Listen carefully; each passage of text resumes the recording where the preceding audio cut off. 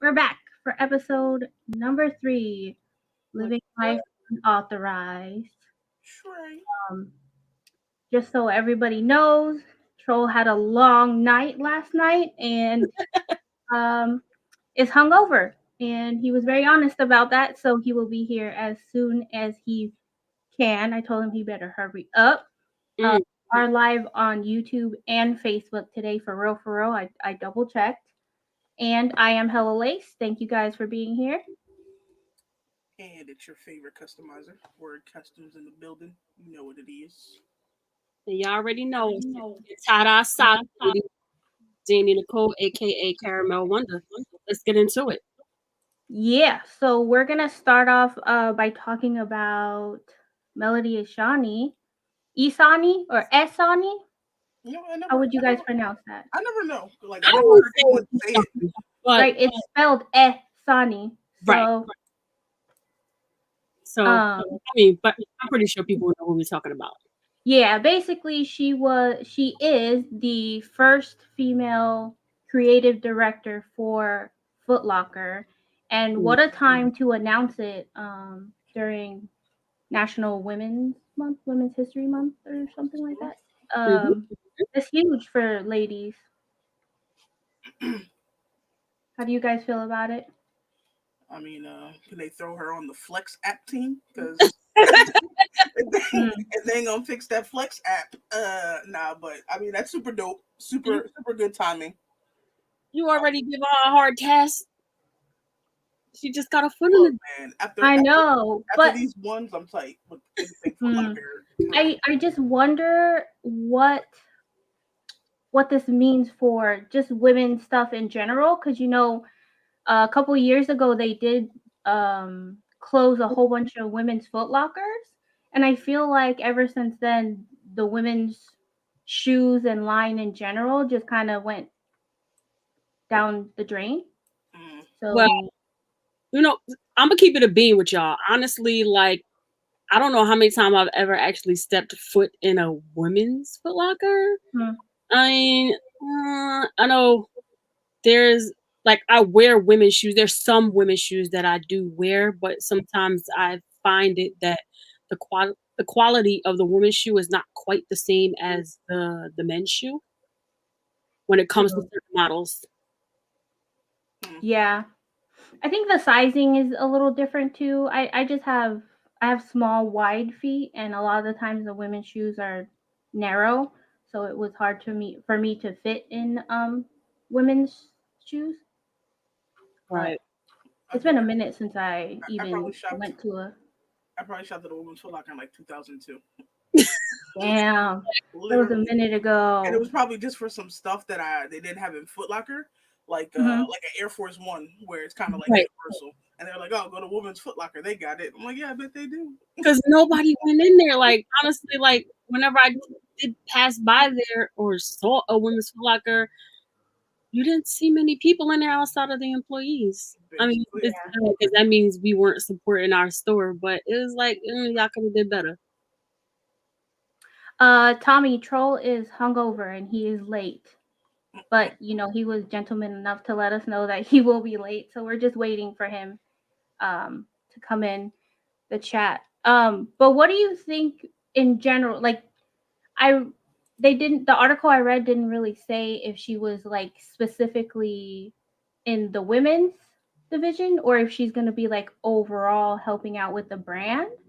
So I wonder how that's going to be. I mean, I would hope that them getting a woman on the team, that they would utilize her to help capture, the woman's audience. Somebody who's in the community is going to let them know that, like, yo, like, this is what the women want. Like, all that other shit y'all was doing, we're gonna scramble that, scratch that, RIP it, and get it up out of here, and we're gonna start back from the drawing board. I would hope that's what they were gonna utilize her for, and just not,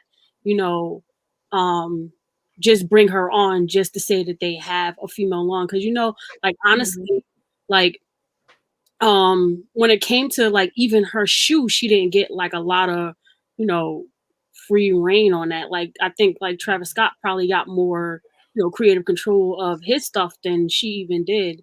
And then there was a big quality difference between the shoe she put out versus a Travis Scott. You know what I'm saying?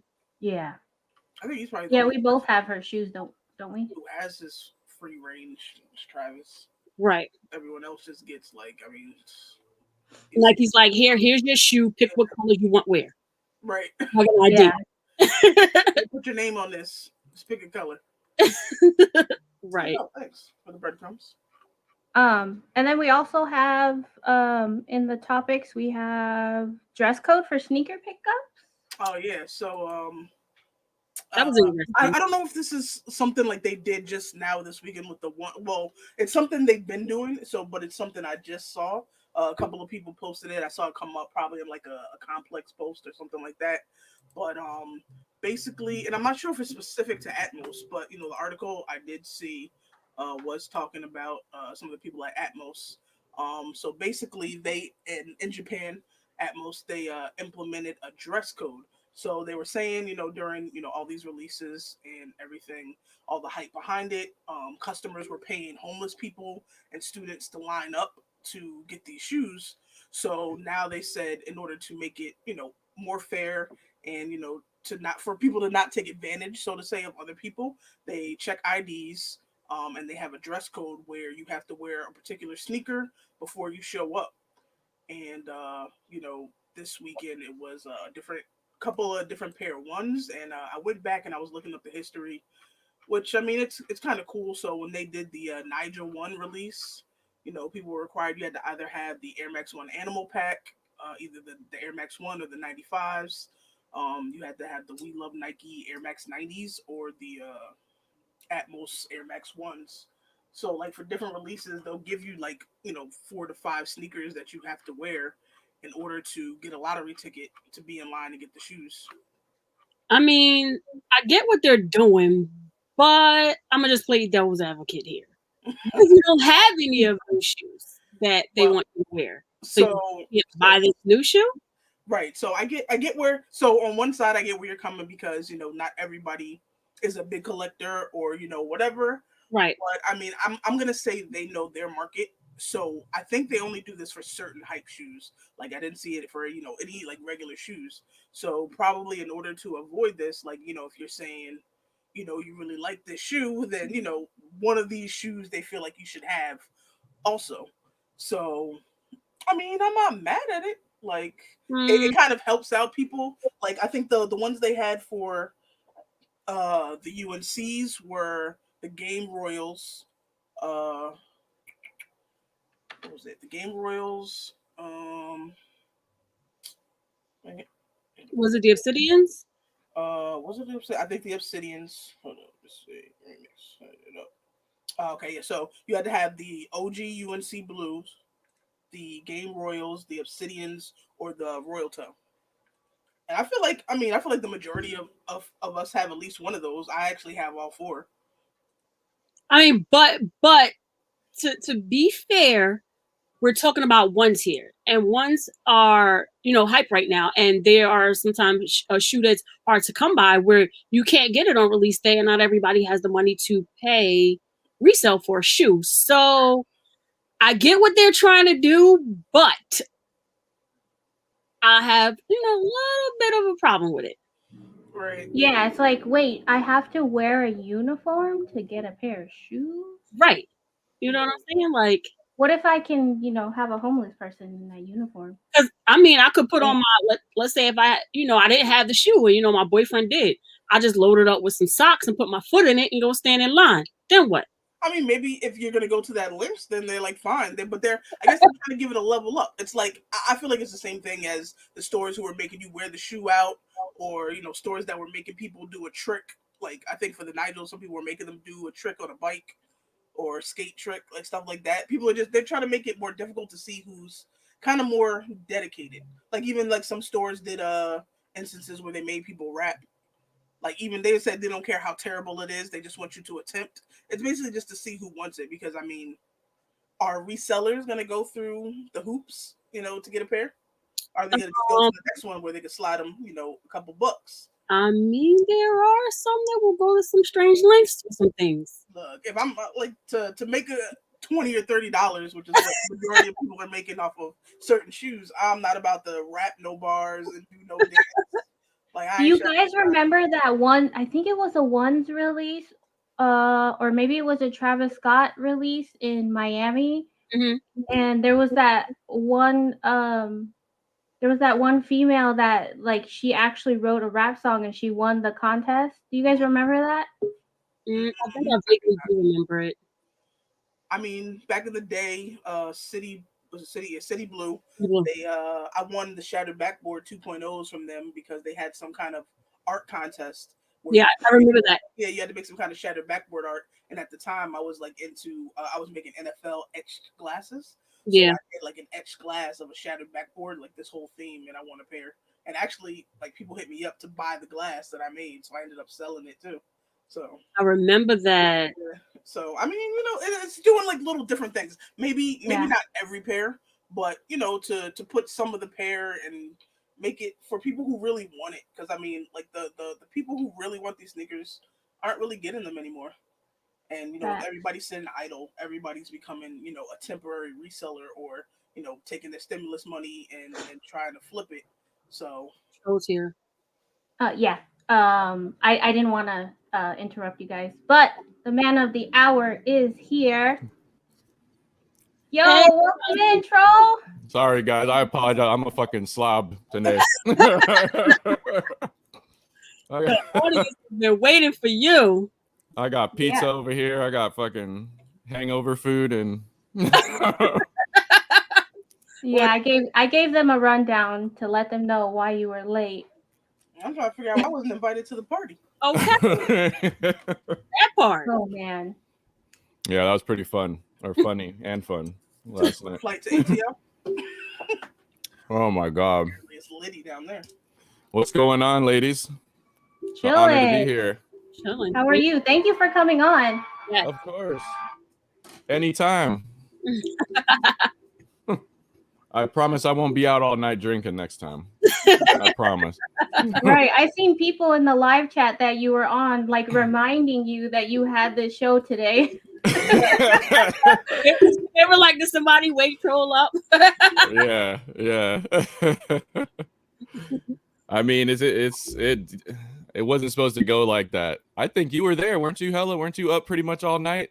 All day? Well, I fell asleep listening to you talk to the random lady that was talking to you, and when I woke up, you guys were still there. Like it was still on my phone. I was like, oh my god. That's a fun night. Oh my god. Definitely a fun night. Yeah, that was funny. So what are we talking about today?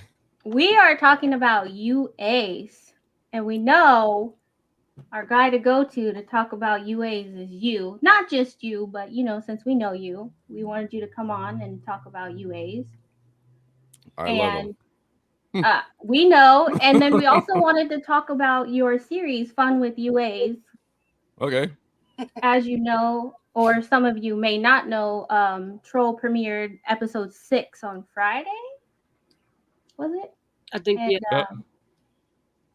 yeah. I'm not gonna lie, I binge watched earlier, and I'm very upset that I'm just finding out or watching it. It was very entertaining. Oh, you just now found out about the show? Production quality is like production quality. Wait a minute, Word, you haven't seen Fun with UAs yet? Or you didn't see it? I watched when I went back and I was like, I saw it started playing from the middle on like episode 2. So apparently I did get into it, but I don't know what happened. Like I'm very terrible with like YouTube. Like DD. Yeah, like probably starting to watch today. Are you seeing me in there with Section 8 is probably the first that I started diving into the world of the fuck shit. So, but other than that, like I just watch restoration and custom. Oh, you're really just the custom stuff, right?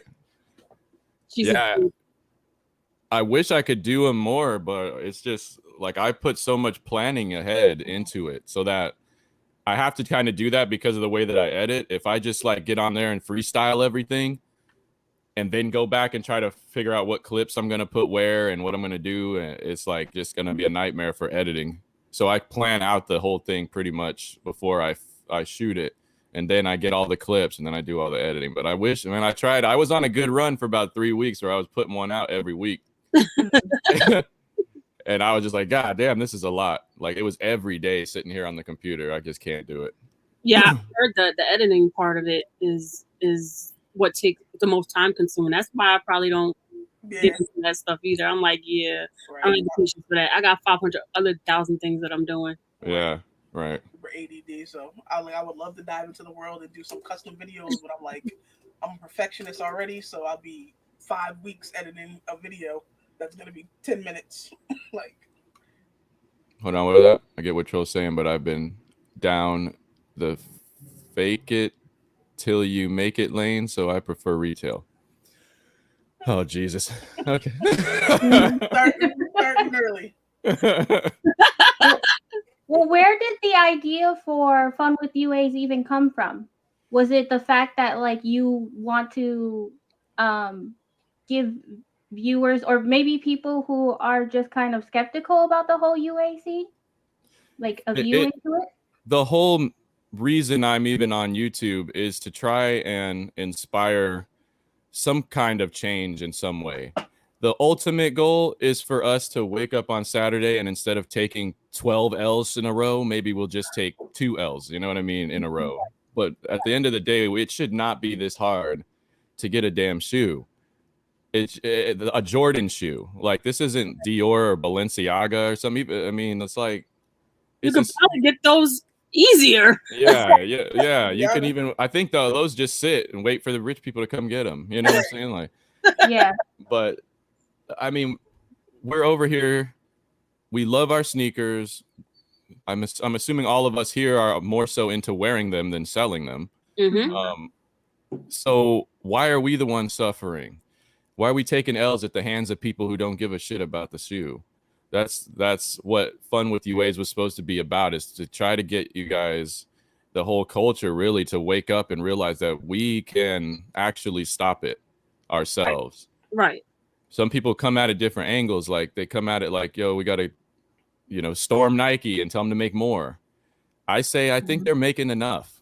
It's just that they're going to people who don't care about them. They just see them as dollar signs. They see them as a paycheck. You know what I mean? So Fun with UAs is more just talking to the people that do spend the resale mostly. Yeah, I attack resellers and people like that, but it's more so to shine a light on the way I view the resale market in general. I think it's just a dirty game. Dirty game. You know what I mean? Right. And I mean, it's your opinion. So I don't know how many people get like offended or, come at you or, whatever. And I mean, obviously, the majority of us aren't pocket watching, I hope. And, whatever somebody wants to do with their money, is up to them. But I think it's like at some point you realize you don't want to keep spending all this money. So I get where you're coming from, because like probably 5 years ago, I definitely was throwing tantrums every time I didn't get a shoe, or buying every release just because I'm like, oh, I need to have this. It's coming out. I got to get it. Yeah. It's a retro. And now I'm more so like, you know what? If I don't get it, like I'll try. If I don't get it, whatever, I'll put the money into stocks. Like I'm more excited about stocks now over the quarantine than I am about, spending $500 on the shoe. So once you take enough hits, you just start to. Right. I'm tired. I'm just done. I'm done. That's how it is. For me, though, like I was telling some of the guys this the other day, it might have something to do with how I was brought up. Like I just did not get anything I wanted growing up. I wanted a Nintendo 64. My folks would not buy it. They refused. They wouldn't buy me a PlayStation or PlayStation 2. Everybody on the street had one. You know what I mean? But me. Wow. I had a Sega Genesis. And then I had a Dreamcast, which I had to buy myself. My folks made me save up my allowance to get that myself. That's the only 2 game systems I had growing up until I moved out of the house. And the first thing I bought besides a couch was a PlayStation 2. You know what I mean? And like maybe that has something to do with my lack of patience for this shit, you know. And I see something I want, if I can afford it, which but we're all sneakerheads, we can all afford well, for you guys it would be how much are the grade school sizes? 140, 50 or something? Yeah, it depends. Yeah. You what? I said I pay adult sizes. I know Hella's like a size 5, right? Danny and you? No, I'm a size 7 in grade school. 7? Oh, I thought I saw you at a size 5 one time. Oh, that's me. I'm wearing like a 5'5". Oh, okay. Yeah, man, it's just like I see it, I want it, and I want to buy it. Why? Because I want to wear it, not because I want to flip. Right. So when people are like, let people do what they want to do, I'm like, that's fine. Do what you want to do, as long as it doesn't affect me. Right. But spending money on resellers is affecting us, whether anyone wants to fucking acknowledge it. It's like the more you give them money, the more it incentivizes them to keep selling and even get more pairs, however they're getting them. You know what I mean? Right. It's not. It's us who control the market. Like if you don't have that one person that goes out there and drops that $5,000 on the shoe, and everybody just holds, waits, then eventually those prices, those inflated prices are going to come down, because they're going to have to get rid of their their merchandise. So exactly, we as a consumer, we do control that. It's the same concept as when Foot Locker puts shoes on sale. Right. They're on sale because they can't sell them. Right. Yeah. Why would the resellers just keep that StockX number at 1,500 if nobody's paying 1,500? Right. And that's funny. We like during the quarantine when the raffles started getting popular. Our homie Scooter Love, if anybody knows him, he kind of is the king of the raffles. He kind of started the whole trend, and he was live with I want to say it was a Crack. I can't think of what his name is. It was Upscale Crack. Yeah, Upscale Crack. I think it was around the Chunky Donkey time, and they had a pair up there, and he was raffling it for like, I think it was like $100 a slot, but the total amount of slots, it was like coming out to like like $3,000 or something crazy. And I'm just like, they were like, oh, come on, let's fill it up, and nobody was, no one was jumping in. And I'm like telling Danny, I was like, bro, this price is way too high. I was like, nobody's gonna get in. And they're just like, oh, but people are pocket watching or whatever. I was like, yeah, but people wanted to equal a certain amount, so everybody decided not to enter. And what did he do? He ended up lowering the price, because if nobody's gonna pay, what are you gonna do? Just sit on it? So he took it from $3,000 to like 1,500, and then people bought up the slots. So I'm like, we control everything. Right. The funny thing now that I feel like with resellers that I've been hearing a lot when they're on shows, like when I catch them on any YouTube, they're always saying, we provide a service, that the people need. Like, but if you guys didn't do this, we wouldn't need your service. Well, yeah, like, nobody asked you guys. Right. Like, who dubbed you the person that we asked to go and pick up? And like, I get it. There's some people who don't have the time to deal with raffles or go pick it up. And there are people who want that service, but at the same time, we wouldn't need that service and your backdoor deals if everybody was just allowed to get their own pair. Right. So exactly. Catch-22. But I mean, the days of physically having to be there to enter into a raffle are probably long gone. There aren't that many now. So everything is electronic now. Like, you can literally enter a raffle in on your phone, wait for the shoe to be shipped to you. You know what I'm saying? If you didn't have those people with those extra accounts and those bots and things filling up all the slots, then we could get our pairs. So honestly, it's not about a service. It's about the money, the dollar. 100%. That's another thing that bothers me about them is like, they act like they're doing us a favor. Like, oh, if I didn't get it and you couldn't get it from me, then you just wouldn't have a chance to get it because it would go to someone who isn't going to sell it. Bro, that's the point. It's not supposed to go to someone who wants to sell it. It's supposed to go to the people that want it. Right. You know what I mean? And I mean, it's just, you see the trophy room thing was just a small, like, it wasn't small. That was actually a big eye opener to a lot of people as to how corrupt this thing is behind the scenes. Like, they're talking about thousands of pairs getting backdoored out of Memphis. And we're always debating this on Zaya's show, how they're, how the hell is Memphis constantly backdooring and nobody's stopping them? Right. And why are you not getting a box?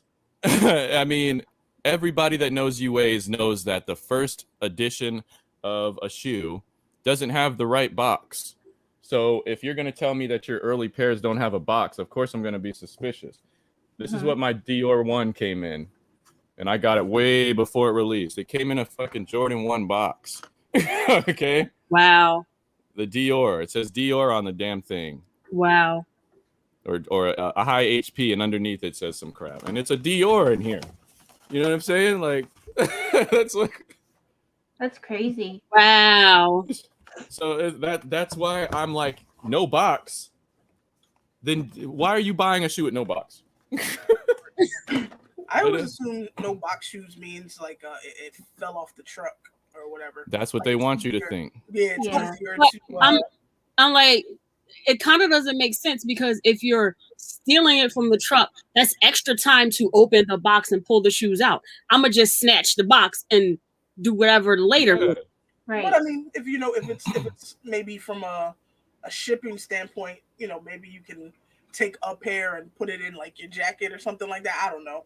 Like, because I mean, yes. When I was dealing with the whole store situation, we did have a guy who was like he worked for the direct warehouse that was shipping them to Foot Locker, and he would like backdoor, burn a few pair, and sometimes they wouldn't have a box, sometimes they would.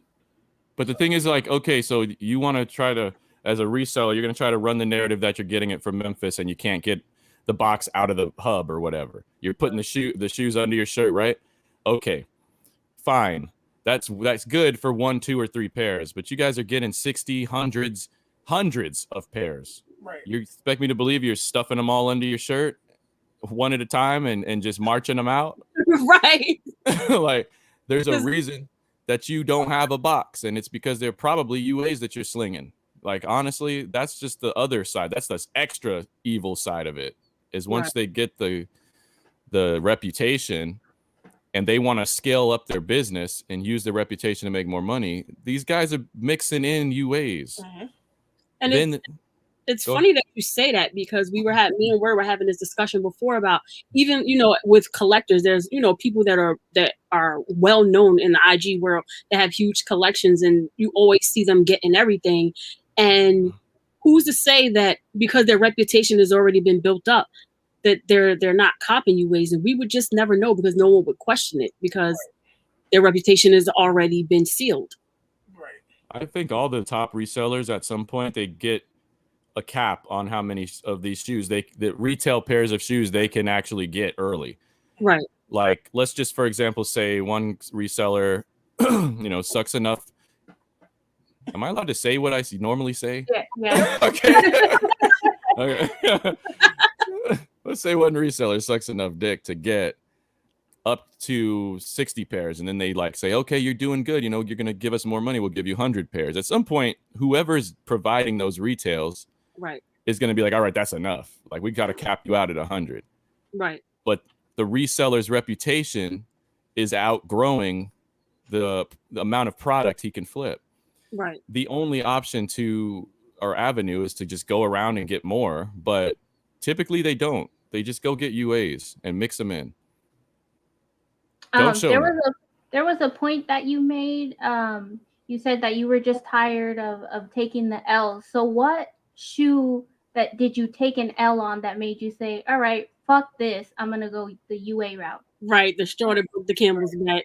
Oh, yeah. The beginning? Yeah. Trying to remember. It was damn. It's been so long now. So many pairs. It might have been the SpiderMans. Oh, wow. That one broke my heart, man. And I'm surprised because like, I knew from the jump when I heard they were coming out, like, I'm Wolverine, SpiderMan, like my top 2 comic, whatever. And I hit up a homie who actually got me a pair or whatever, and like, everybody was like not interested, I guess, because they didn't have that. They thought they were gonna have a web on it, this, that, and the third. So when people were seeing it, they were just like, oh, whatever. Because I think a lot of people slept on it, because I feel like a week after the release, everybody was like, oh man, I should have got them. I'm so bad now, and now they're sitting at like 700. Which is Yeah, crazy. right. I have my pair DS just because like one day I was gonna go put them on, and like randomly when I'm on DS in a shoe, I look, even though I know I'm probably not gonna sell it, I look at the price and I saw it was like 700, and I'm like, well, why is this over like the course 700? of a year? Right. Like, I think the SpiderMans and a Travis Scott was the first UA I bought, and back then when I got it, it was at like 300.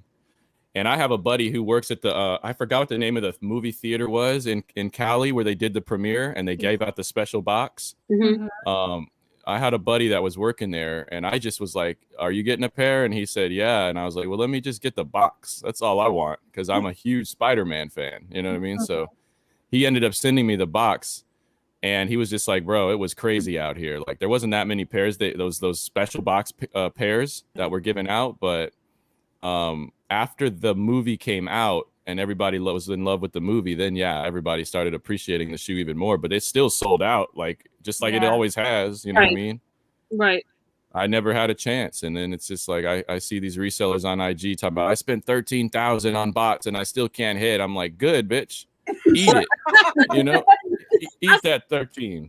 You know what I'm saying? Like that in one of my sneaker groups. I was like, damn, yo. He was like, he had like 20,000 in bots and like, I don't know how much in proxies. And he hit on one shoe. He carded one shoe and checked out. And then they want to get mad at us for they're like, you know, we do all this work and we pay all this extra money. And yeah, that's why we charge so much. But nobody's asking you to do it. Right. Yeah. Even if you don't, even if you got 20,000 bots, that's dropping our percentage chances of hitting a lot. You know what I'm saying? Like, and you're just one human being and you're cloning yourself 20,000 times. Like, why would we want to reward you for that type of crap you're doing? You know what I mean? Like, that's what I'm doing here. The whole point of me being on YouTube is like I said, I just don't want to take 10 L's straight. I want to take 2.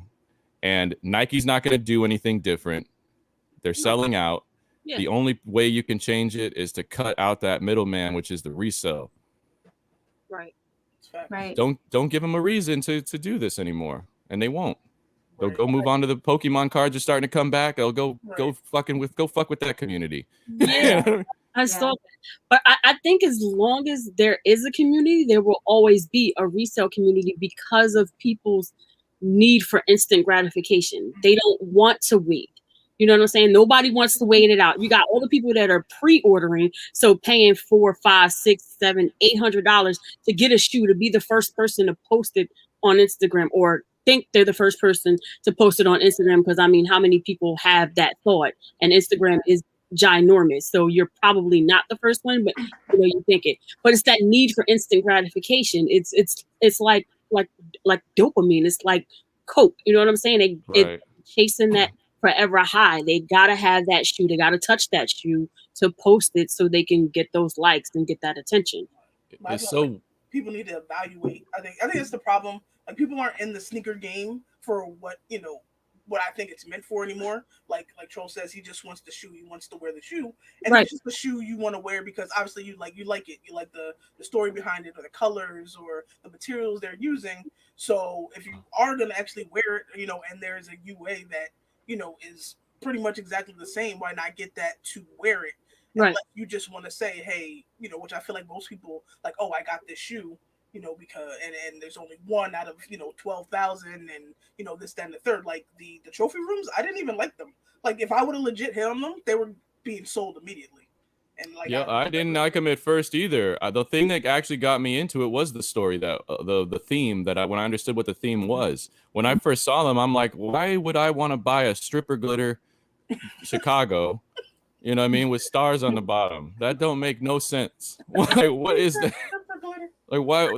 That's what I thought when I first saw them. I'm like, what is this trophy room? Like, you went from the fives, which were fire to me, to this. Just put some stripper glitter on the Chicago and call it a day. Come on, man. That's why I would have sold them. I would have sold them and got the actual Chicagos and those fives, because anything UNC blue, I'm trying to cop. So yeah, that would have been good enough for me. What Chilltown said, facts. Our hype plus social media equals the biggest contributor. the thing is, like, I constantly forget that people do get drunk off of this social media praise stuff. Like, I never understood that. So the fact that people are actually like trying to get the shoe early just so they can flex is something that. Yeah, can't with kick. What is that? Rest in peace, Mr. Potato Head. Yeah, Oh. Mr. Potato Head is going to be Gender neutral. general. Yeah. What? Yep. What? What are you just not gonna give him a mustache? Is that it? I mean, potato that doesn't even have any genitalia, so. Like, I mean, but it's crazy because when you buy Mr. Potato Head, it has the parts for Mrs. and Mr. Potato Head, so it was already right. It was already gender fluid. What? That's what I'm talking about. What is this? Next week it's the Pepe Le Pew campaign. Mr. Potato Head gender. But the social media high. Right. So we're not supposed to know what that is? right. Like the mustache doesn't tell you. Mm-mm. You got a mustache, like, Mm-mm. and a comb over, like. What are you Potato. And what is this thing? Hold on. What is this thing down here on the bottom with the binky in its mouth? What is that? That's a gender neutral baby. Does it have leaves coming out of its head? Yeah. What is this thing? He said that's Steve Harvey. Get Kick out. Right. Kick's gotta go. Yeah, it's gonna be just Potato Head. That's Yeah, funny. just Potato Head. After all these years, like you're trying to change my goddamn childhood. Right. And it's crazy. It's not even just us, because I was talking to my nieces earlier. It was my niece's birthday. She turned 5 today. Yay. They were going off to me because they're changing the Monster High dolls. They're like, seriously, they were like, they're changing them because they said they're too scary for some people. And I'm like, well, what? Wow. Like, because I bought my niece a ton of those dolls. They're not scary. They're freaking dolls. Like, they're just gonna ruin everything. The world is crazy, man. Let's let things be. I was watching Fast and Furious with my kids the other day, and I was like, damn, this movie nowadays would have been rated R. Like, right? Like, you got Ja Rule grabbing a titty. Of older movies. I bet you anything. Oh my God. I'm like, they got Ja Rule. I forgot about it because it'd been since high school, probably since I watched the first one. Right. But you got Ja Rule grabbing a titty. You got Vin Diesel smashing his girl on a car.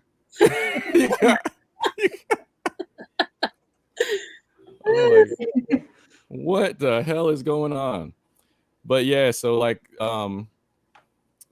that's pretty much what I do. I'm just trying to get buyers to stop giving resellers money. That's it. Because and if I gotta smash, if I gotta bash people that promote reselling, that's what I'm gonna do. Because they need to be shown, because they already know. A lot of these resellers already know what I know and what a lot of people don't want to hear or accept. And it's that the shoe that they're selling and the UAs that I'm getting are not any different. They're just not. And even if you find a small difference, all the other retails have differences amongst themselves because of how a shoe gets made. There's always the stitching pattern is not going to be identical. There's going to be certain parts that are going to be offset or sloppier than others or whatever the case. Right. And they know this. I said this, I think, on DS's channel the other day. Like, the people who have a strong opinion against UAs or think, they just would never go into that realm, they're the same people who are going to StockX and they're going to GOAT and they're grabbing shoes most likely at resale value. Right. How do you know? How can you 100% say that any of those shoes you get from those platforms are legit pairs? That right? Too. Yeah. So I just think you should have a more of an open mind, especially if you're using StockX or GOAT to get any type of shoe. You can't 100% say. Yeah, there's no difference between the people working in those places and us. If anything, we just might know a little bit more than those people that are working in the stores as far as looking at a shoe and determining if it's real. At this point, though, until you guys start doing it for yourself and seeing these UAs, you'll realize the only real way to call it a UA is if they choose to put they put a blacklight stamp of the factory where it's made somewhere on the sneaker or on the box sometimes. Right. They do that. That's what some of the sellers, the UA sellers do in order to separate the batches that they have or the factory versions that they have. They might have the H12 factory right here, and it has a stamp, and they'll have the OG factory over here, and it has its own stamp. Mm-hmm. That's the only way I know that it didn't come from Nike. I don't sit here and try to legit check nothing really, you know what I mean? But if you shine a black light and see that stamp, that's basically it just jumping out at you like this didn't come from Nike. You know what I mean? Right. Yeah. So that's a good segue into our next question. How do you feel about legit checkers? Wait, I wanted to say something. Even down to the foot size stores like Foot Lockers, Champs, and Foot Action, like you can buy a shoe from there, you know what I'm saying, and then go and swap it for a UA shoe and return it because they don't check. They just check to make sure that the bottom isn't dirty, hasn't been worn, and then throw it back in the stock room. So they barely know anything. Like you call them and ask them if like, oh, do you guys have the SpiderMans in? And they're like, oh, what those red ones that came out today? Yeah, I think we got them. Or oh, we're not getting those. Like you don't even know what I'm talking about. Right. Yo, I'm gonna tell you guys and everybody else here a secret, right? About early last year, right before COVID quarantine happened, mm-hmm. I was working on a movie that I was calling Scammer, right? Mm-hmm. And in that movie, there was 2 or 3 times that I took a retail pair from I got a retail pair of something from Nike, and I swapped it with the UA and sent it back to Foot Locker. Now, the only reason I didn't continue with that is because I didn't film the part where I went back and told them, this is a UA, give me it back. So I'm not going to put the movie out of me just giving fakes to Foot Locker right. and not have the footage to show that I corrected it. You know what I'm saying? Because that would just be a fucking hailstorm. You know what I'm saying? Yeah. So it does happen. It can happen. And when I gave it to them, all they did was open the box, look at the shoe, close it up, put it back, give me the money. Yeah. And that's why I used to say, if you don't get it on release day, like getting it on release day directly is your best chance. But, now with the backdooring, because they get them, 2-3 weeks before it actually comes out. So anything can happen between then. But if you're not getting it on release day, like that's probably going to be your best chance at exactly knowing you have an authentic shoe. But other than that, you never know. Like, you come back the next day, like, oh, we got to restock there. Like, yeah, restock at UAs. DS said, damn, troll. The whole message behind it was just like, there's no difference. It's not different enough to justify going from $170 to $1,500. Nobody's going to know the difference. Like, would you pay 5,000% more for a product that's maybe 1% different? Like, that makes no logical sense to me. And these resellers know it, so they just keep doing it, and they get greedier and greedier. They're making more resellers because Jumperman Chris has videos every day about resell, sit or sell, heater, high, whatever that crap is he'd be talking about over there. He's basically promoting reselling shoes, you know what I mean? So all these kids watch it, and they're like, fuck getting a job, fuck learning. I'm going to just go find a way to get some shoes and sell it to the idiot over here who I know eventually will buy it. Right. But I think that's like the main thing with videos now. You see is like, the value, like basically it's telling you the value of everything. Supreme, every release, like, oh, this is cop this because it's gonna be 50% upsell or whatever, and it's driving people to go after shoes for the wrong reason. Like if you're in it to do this as a business, so be it. But it's like the people who just want to go and they're only gonna get 1 or 2 pair, then try to sell it for a crazy amount. Because really, if you're not doing the volume, it's kind of, a waste of time. Because now you have to push the price. Like I said, I'd rather have like 2 or 3 resellers out there in the world that can get a vast amount of pair. Like if you're a reseller who gets 100 pair, you should be marking it up $30. Get 100 pair, mark it up $30, as opposed to that person who gets lucky, it hits on 1 pair of Travis, and now they want 1,000 above because they only have 1 pair. and now they have to gouge you on that one pair because it's all they have. At this point, these resellers are just, I even asked check this, like how many of your customers are actual sneaker people and versus just other resellers? He's like, yeah, the bulk of my customers are other resellers. So you're taking shoes off the market, you're selling it for $1,000 to another reseller who's going to sell it for $1,200, who's going to sell it to another who's going to sell it for $1,400, and they just keep adding to you're hiking a price up to make $200 each time it goes up to other resellers. And it's by the time it gets to somebody that wants to wear it, it's like in the top 1% of the country or something. Like, right. That makes they're killing us.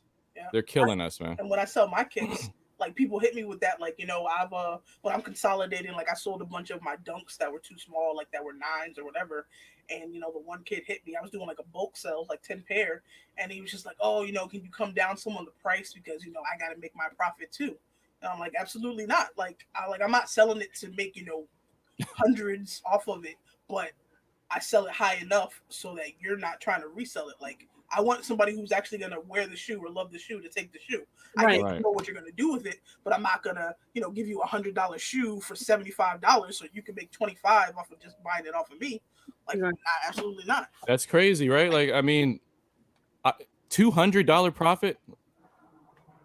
You causing all this pain and suffering for $200? Like, the money is the root of all evil. And I stand by that. Like, people are just greedy, and money makes people more greedy. I'm seeing everybody putting in the chat how a reseller is born every release, and I truly believe that. My son is 16 years old, so he lives in that world of Snapchat. That's where all the kids are. They're reselling sneakers on Snapchat. Like, what? Like. Wow. Like, are you serious right now? Like, they post sneakers and they slide, well, what my son calls it, slide up in the DMs on Snapchat and make slide up. Lube up. I'm like, this is insane. You got like these high school kids reselling sneakers on Snapchat? What? Right. Ugh. And I wanted to touch on something that Jay Cash said. Because I used to work at Champs, and so when we were trained on doing returns, literally all we had to do was we checked the soles for wear, and we checked that there was a right and a left. It didn't have to have the extra laces that may or may not have come in the box. It didn't have to have any of that. So you really, most likely, I myself wouldn't know a UA from a real shoe anyway. So I was probably returning. And it's not even like a big deal, because the people who buy these products from Nike for Champs and Foot Locker and all them, they're getting them for what, like 45 or 50 a pair, or maybe how much do they buy the sneakers for these foot sneaker stores? Like it's under what we pay is all I'm saying. Yeah. Right. Wholesale price.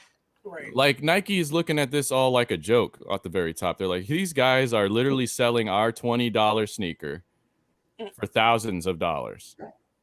This is hilarious. Right. I mean, but if I'm Nike, I feel away. Like, obviously they're doing it at a bigger in bulk, like the way I said it should be done, where they're taking a $20 shoe and maybe giving it to them for 40, but in a mass quantity. But if you think about it, like, imagine you sell a $20 shoe for $40 and you make your profit, but then you see someone takes that $40 shoe and sells it for $3,000. Like, now, if I'm Nike, I could have sold all of those shoes for $30,000, $30,000, whatever. They're probably sitting there thinking. But the thing that's weird though is like those Animal 3s were like $250 when they came out, and nobody bought them. I think $250 is that one price point where most people are like, That's hard to resell too. That price point is hard to resell. Yeah. 200, it's a thought. 225, it's like, it has to be good, and 250 is like, forget about it. Like, max 300 resell on the 250. Yeah, but it's like, even not just regular people are like, I don't think I want to spend $250 on that. But if a shoe sells out, you're willing to pay $1,000. They make the logic doesn't. I don't get it. What is it for? Like. Yeah, I was just gonna say those were sitting at the outlet eventually. That's why, like, when I take L's, I really want a shoe eventually, I'll get it some way somehow. But I don't go the UA avenue, but I mean, Troll is opening up a realm on YouTube for people that can look into it if they really want to. Because I've had people who I know in my life watch your videos from with UAs, and a lot of them were like, I wouldn't be able to tell that the shoes you are showing are actually UAs. There's Right. but who can? So when I was talking to Hella earlier about it, when we were talking about it earlier, I was like, well, what determines, you know, a UA or a fake shoe? So I was saying, let's say I'm assuming Nike has some secondary like checkpoint. So let's say, you know, they have factory A make it, and then they ship it to what, Nike, and they have some kind of check, because I'm assuming that's where B grades come from, right? They don't pass Nike standards. Maybe they're not, you know, as good quality. So if they get 100,000 pair, let's say the Bread 11s, they get 100,000 Bread 11s made at the factory, then those get shipped, you know, to their you know, stateside factory, so they could be, you know, checked, and maybe 30,000 of those pair are going to be B grades because they don't like the quality. So now, what if of that 100,000 shipment, 10,000 accidentally go somewhere else, and now someone has their hands on them? Like, so are those now considered, you know, UAs because they didn't make it to Nike for technically yes, but the term UA has taken on a different meaning now. It's more of a I've been trying to work out an example that I can use when I talk about it. I can only say, like, if you say you're home builder. Out here we have a home builder named called Pardee Homes.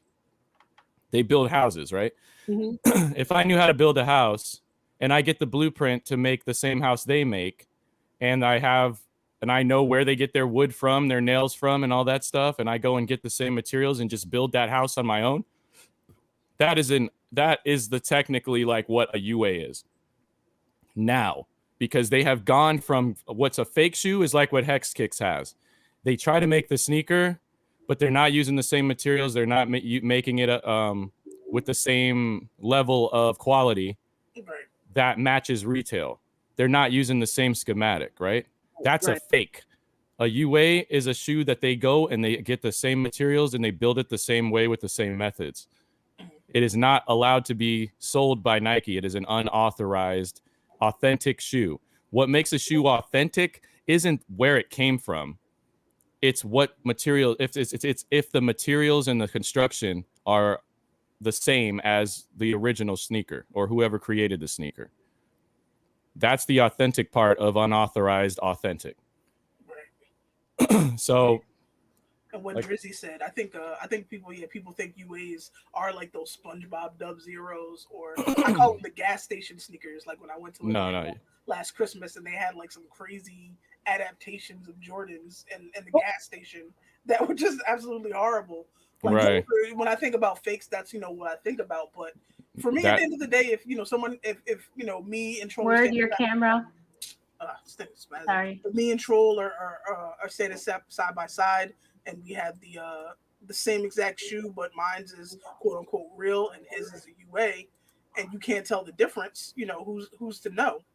Exactly. I'm gonna give you an example. This one's not a very hyped shoe, but I got this one early. This is a UA, yeah, and it's made with the same materials and it looks the same. If I can put this up and you're like, oh, that's the Paris 4s, the PSGs. Right. It's that simple. It's not that big a deal. You know what I'm saying? This is not a retail pair, but it is an unauthorized, authentic pair because it's built the exact same freaking way with the same materials. If Hella Lace designs a sock and then Word goes and makes the same sock with the same materials, Word has a UA and Hella has a retail or authentic, whatever you guys want to call it. I call them retail pairs and UA pairs now. That's it. Yeah. I think it just comes down to like judgment. People, like I said, pocket watching is like the whole thing that sparks all of this. Like, you want to, you know, and people say if you're getting UAs, you're trying to fake it till you make it. But who says that? Like you said, you just want to wear the shoe. And just because I go and get, a UA of something doesn't mean I want to pretend like I have it, to pay $1,000. Now, if you get a UA and you're running around saying, oh yeah, I got this from StockX and I paid, $3,000 for it, obviously you're doing it for the flex. But, a person who gets a UA who just wants it because they love it, they're not going to be running around advertising or be like, yeah, I got these from such and such, and I had the plug, and I got it backdoored, or this, that, and the third. You don't need to create a story. You just wear the shoe. Yeah. And, as long as you're not honest, I mean, I don't know who's running around saying, hey, are those UAs? Hey, are those UAs? Are those authentic? Where did you get them from? Because, I mean, I've never even seen that at a sneaker show. Who's going around looking at people's feet saying, oh, those don't. It happened last night when I was hanging out with D. Blake on the strip.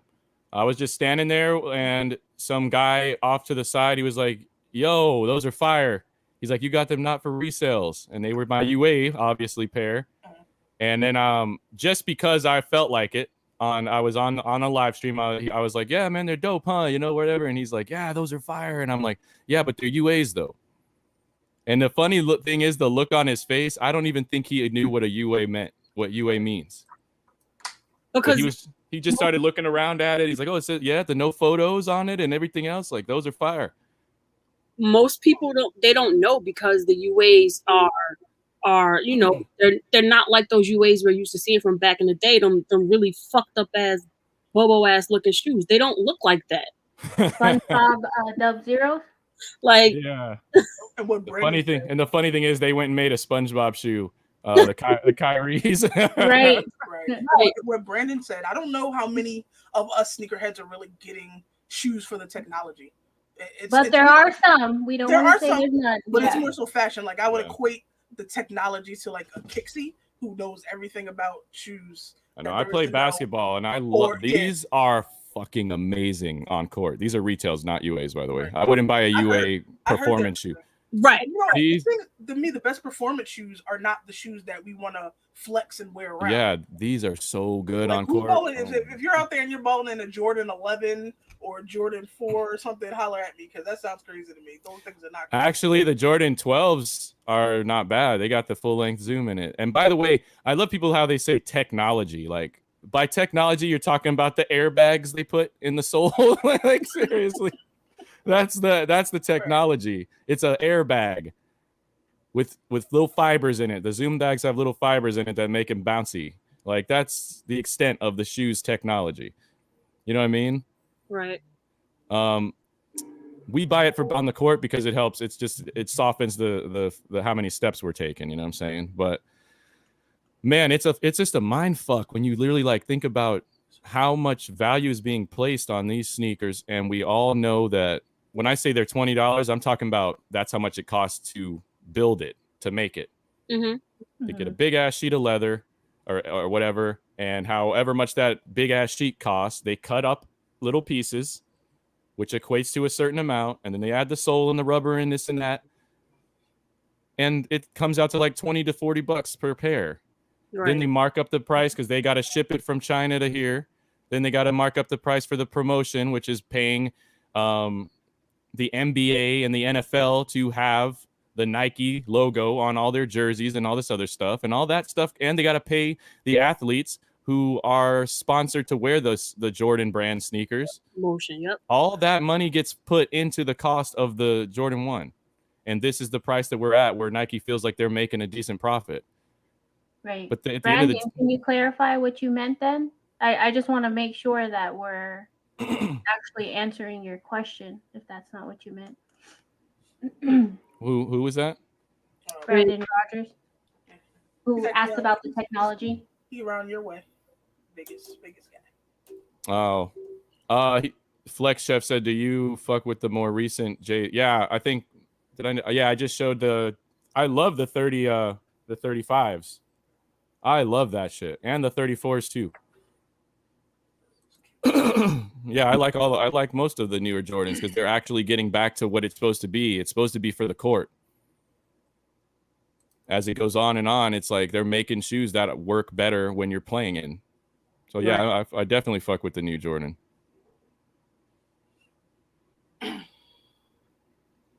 Technology. I'm necessarily just talking about the technology that's in the Air Jordan 1. Yeah, all the technology in all the sneakers are just airbags, different ways they implement it. And maybe the carbon fiber in like the middle of it, the middle of the sole that helps it flex and stuff. But before I forget, because Hella, you wanted to ask about legit checkers, right? Yeah.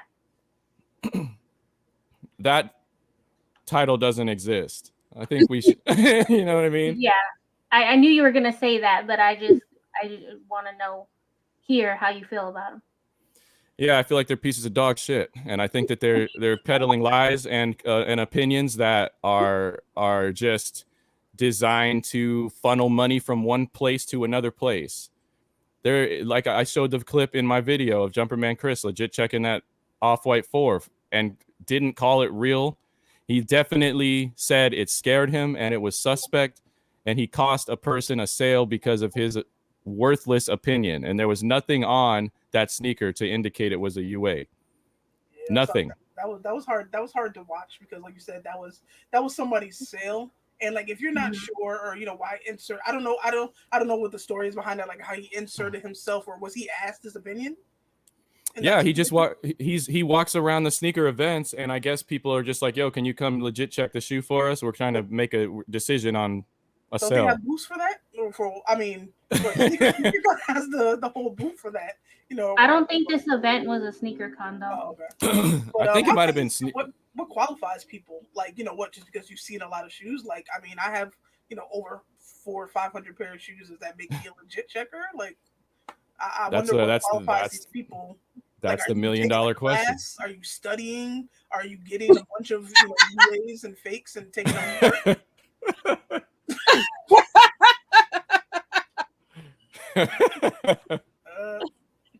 There's a certificate. Oh my god.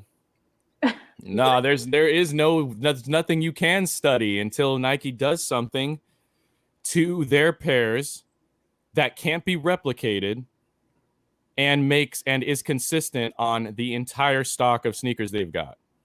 The reason why sneakers cannot be legit checked is because retail pairs are inconsistent. Right. Because Nike definitely be fucking up some shoes. Yeah.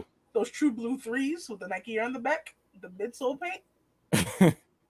They're getting worse with their production quality. If you ask me, they're probably going cheaper and cheaper to make up for whatever, is happening over here with minimum wages going up and who knows why. But I've seen plenty of those ones that just came out with glue everywhere. And it looks bad. The last pair, the UNCs that just released, those ones I've seen in a lot of my sneaker groups, people were complaining that there was glue all over the toe box. Right. And then I heard, this is one of the parts in the video too, where Tops was saying, stuff like that, the glue stains on the sneaker. If I gave him a UA that had nothing on it, no glue stains, and it was looking beautiful, he would call that a fake shoe. And he would say that it was just not retail or lesser quality than Nike's. I'm like, but it don't have glue stains. Right. That shows you the quality that they expect from Nike then. So you expect for your shoe to be fucked up in order for it to be a Nike shoe. Yeah, like, hey, exactly. If my shoe isn't missing a lace hole, it's not Nike. Right? Like, if it ain't flawed, it ain't real. You know what I'm saying? Like, that's where we're at now. Because UAs are coming in better than retails. Mm-hmm. I'm not even joking with you guys. I don't know why people think I'm pushing an agenda as if I sell this shit myself. Like, I know, I'm just telling you. You can honestly tell, like, because like people like Cool Kai, who, the people who are now making their own version of ones, I assume. Yeah. Where we go with this camera? I assume they're using the same, type of factories that probably, do UAs, so to say. And, people are saying how great the quality of material are. Like on Cool Kai's pair, they're saying the material is super soft and all of that. So it seems to me like the people who are making, the Fugazi pair are actually getting better quality than the pair that Nike is giving us. Because, we know some. They are, because they're not making 100,000 pairs at once. They're making like maybe a few thousand at a time. They take more time and energy and effort into what they're doing over there, and it just drives me crazy how people try to bash it And it's all like, if you guys just peel away the layers at the end, the root of it is just to make money off of us.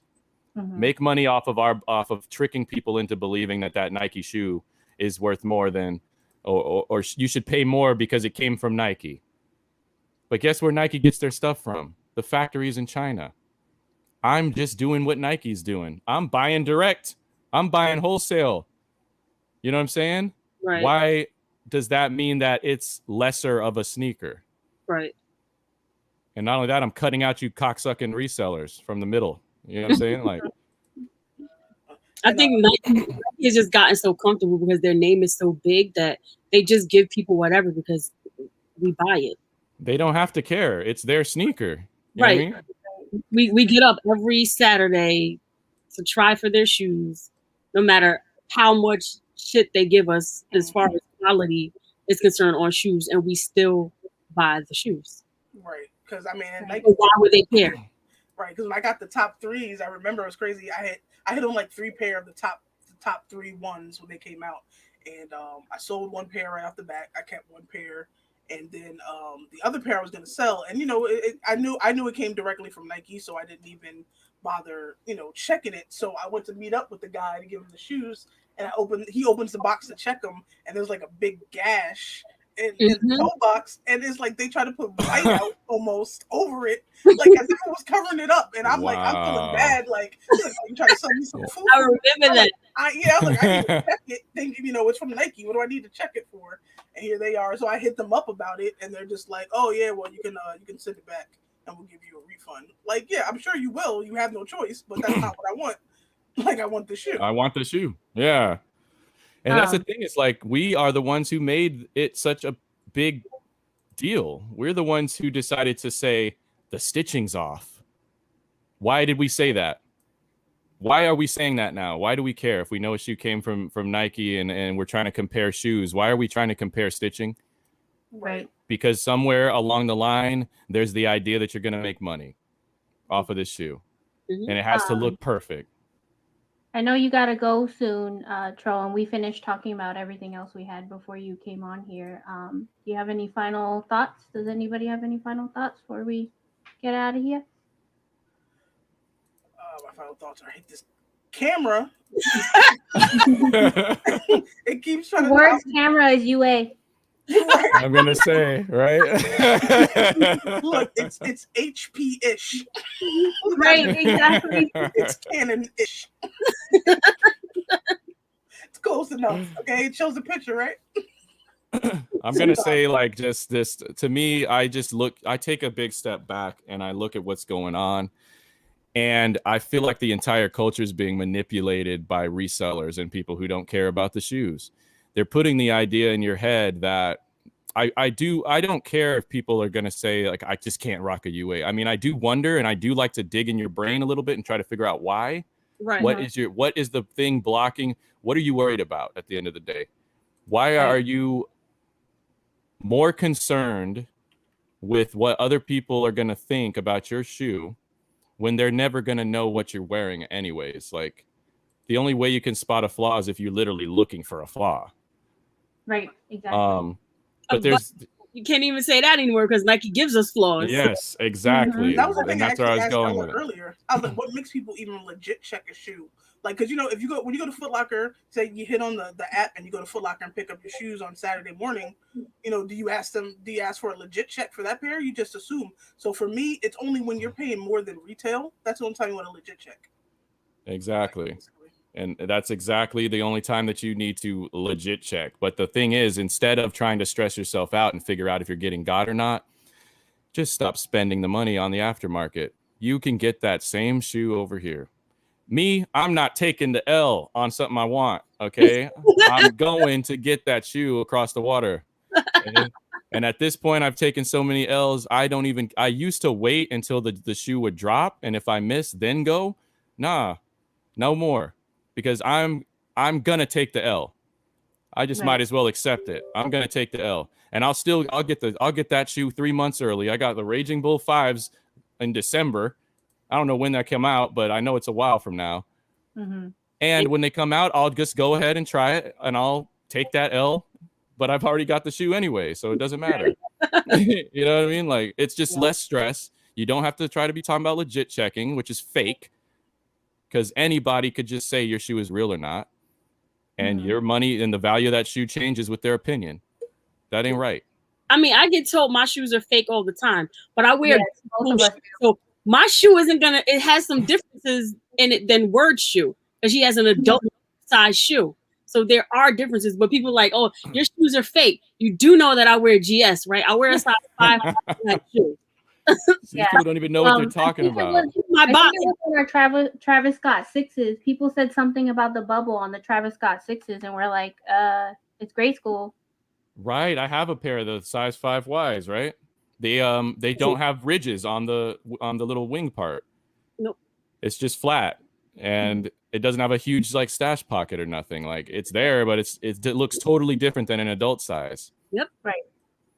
So it's like some of these times people don't even know what they're looking for. They just you know, like, there's no one that should be calling your shoes anything. It's up to you to just you see it, you like it. If it's up to your standards, cop. Right. Whether it's a UA or not. That's how I feel about it. I'm about to lose my mind with this camera. These are Jordan problems anyway. anyways. If you don't have anything else to add, you can go ahead and do your outro. Look at you up here. These Jordan head problems. Yeah, you know. Well, how do you guys feel? I want to know how you feel about UAs in general. I have like 15 more minutes, by the way. I don't have to leave. Okay. I don't have a problem with it. For me, it's just you know, do what you want to do as a person, because like you were saying, for me, it's you know, I'm thinking about different things now. Like I said, I like to play the stocks. Now that I'm older, I want to travel more. Like, I want to be able to do more things. So if I'm spending $1,000, you know, a month on resale shoes, you know, I'm not going to be able to do the things I do. And what am I doing it for? When I think about it, I'm like, yo, I have all these shoes. And, you know, the majority of it is because of nostalgia. Like, I was like, my mom was a single mom, so I didn't have all the super hype shoes. She wasn't buying me Jordans every week. Like, I got Jordans specifically for basketball season, and that was it. Like, she kept me in Nikes, me and my brother in Nikes, but it wasn't, you know, Jordan specific. So, you know, I think it's just the things that we couldn't get when we were younger. Now that we have our own money, we get these things. And I'm just like, yo, I have all these shoes sitting dead stock, and I have them just because, you know, there's somebody out there who's telling me if I don't have this shoe in my collection, I'm not a sneakerhead.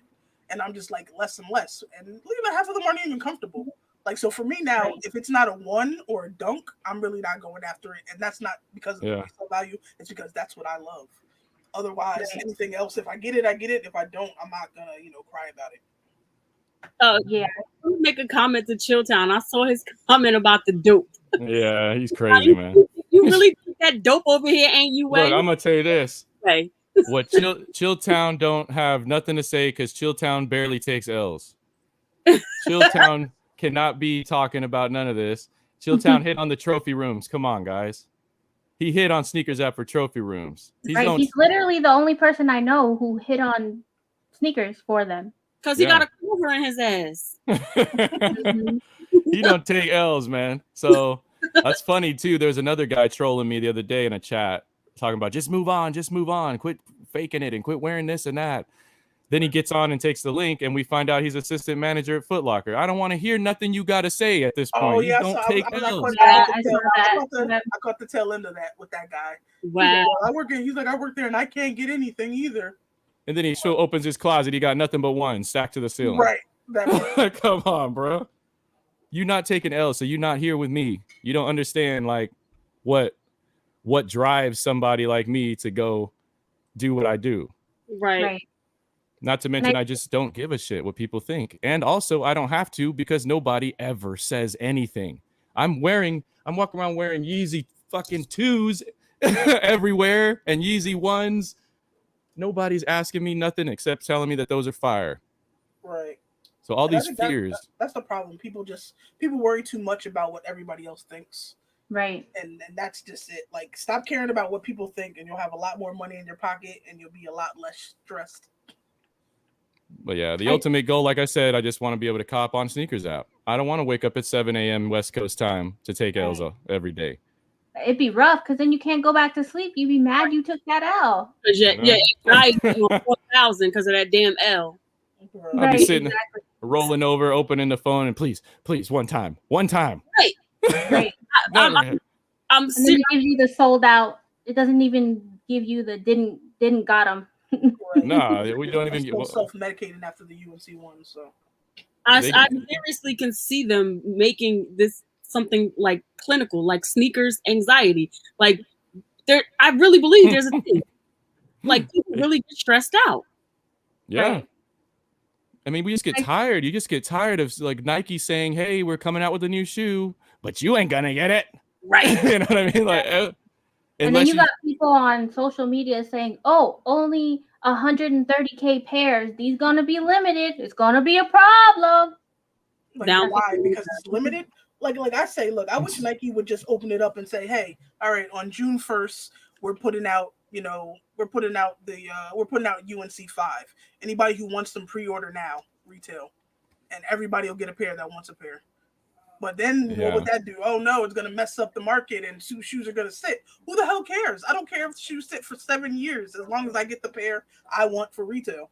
Right. And that's the problem. Like, oh, we don't want a shoe if it sits. We don't want a shoe, like then you don't want the shoe for the right reason, to be honest. I mean, who's to say? We don't even know. Nike could already be dabbling in the resale market, and we just not know. They could be getting money from the backspin.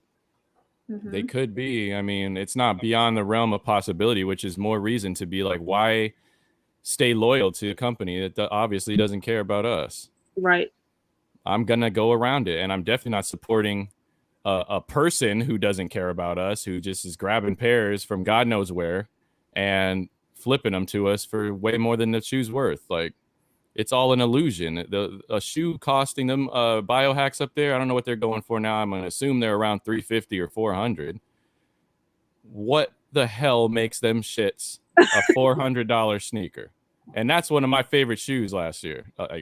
Probably, like, I love the way that shoe is. The crazy maybe the story behind it. Any shoe, any Jordan 1 my size, 5.5, automatically sits at $450 plus.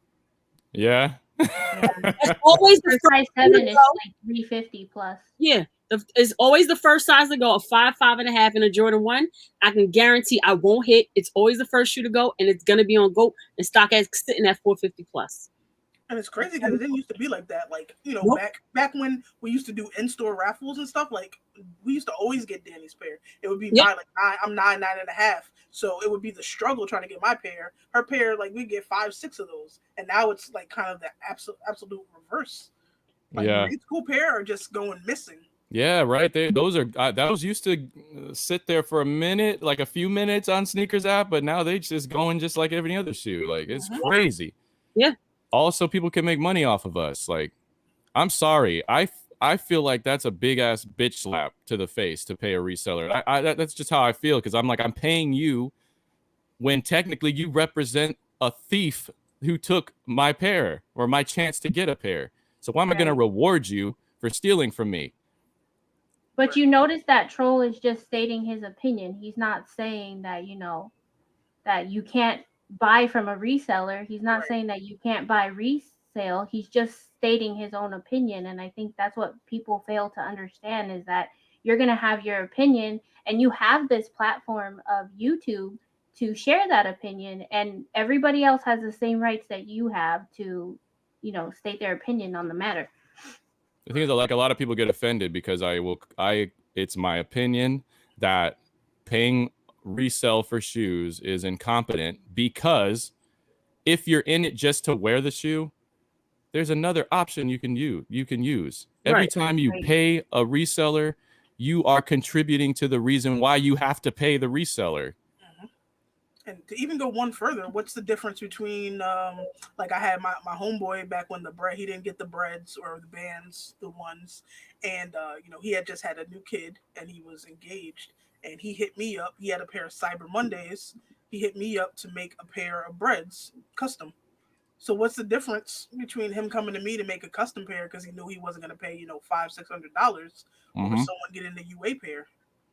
Like, but it's okay for you to get a custom because it's on a quote unquote authentic shoe, as opposed to getting something with the exact qualities that's not painted and you don't have to worry about.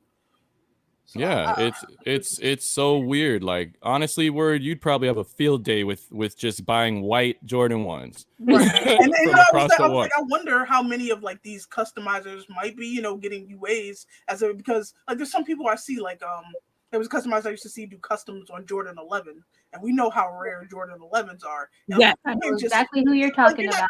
You're not just coming across 300 pair of Legend Blue 11s sitting somewhere, and you're only charging like come on, absolutely, Yeah. come on, Nah, Right, but he's charging like $250 for the custom. right?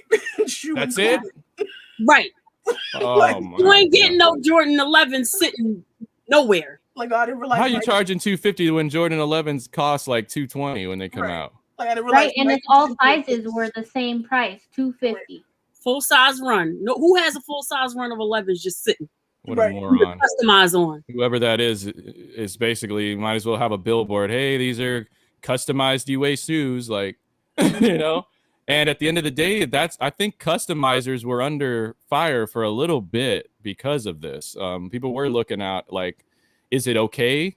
Is it not okay? Because in the end of the day, if you turn a white platinum, what is that thing that came out? The platinum one or whatever. If you turn that into a Chicago, it's not really a Chicago now, right? Or is it? Like what? Right. You make the color. You can't tell. I mean, because who's gonna like if like I mean, in my opinion, my customs like I pride myself on my customs looking factory. So if I do a custom, like you're not gonna notice off the bat that it's a custom. Nope. So if you're walking around the show, they might think it's actual Chicago or a bread or whatever, and it's not.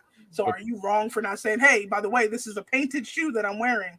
Like you need a T-shirt that says these are painted shoes. Right, because has so many people send her those bloodlines to turn into Chicago, and you couldn't tell the difference. Like we had Skip send us pictures of his Chicago's, and we compared it to her bloodline. You did not know the difference. Wow. Yeah. They're only mad because they don't want to make it easier for somebody, just some Joe Schmo, to be able to come into the reseller world and flip that Chicago as a Chicago. And even one up, the funny thing is I did Mr. Miller, I do customs for him all the time. And SneakerCon Texas, he got the Fear of God with the straps. And I turned them into the friends and family pair with the gray straps that look like the air raids. And your good old friend, he was wearing them around the show, and 2J's grabbed him and wanted to buy them off his feet, thinking that they were the friends and family pair. So that showed you how legit my parents. And that's so coincidental. I just thought about that happened. Yep. Oh my God, man. This is all just a joke. Like for me, it's like get what you want to get, and if you I just try to say it a way that's not so insulting, but it's just, if you're paying a reseller, you're hurting all of us. Everybody who's buying from these people are hurting all of us in the long run, because it's just incentivizing them to keep stealing our pairs and shrinking the stock and all this and that. Like there's just no need for it.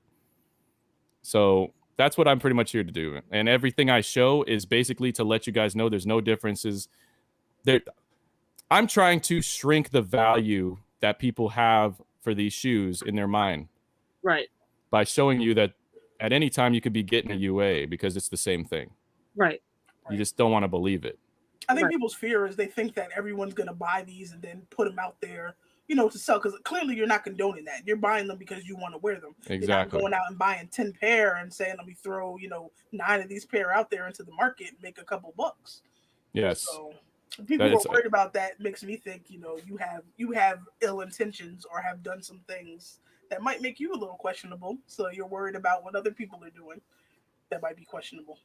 But the only people that are scared of it is other resellers. They don't want competition, or they don't want everyone to find out that they've been flipping UAs all along.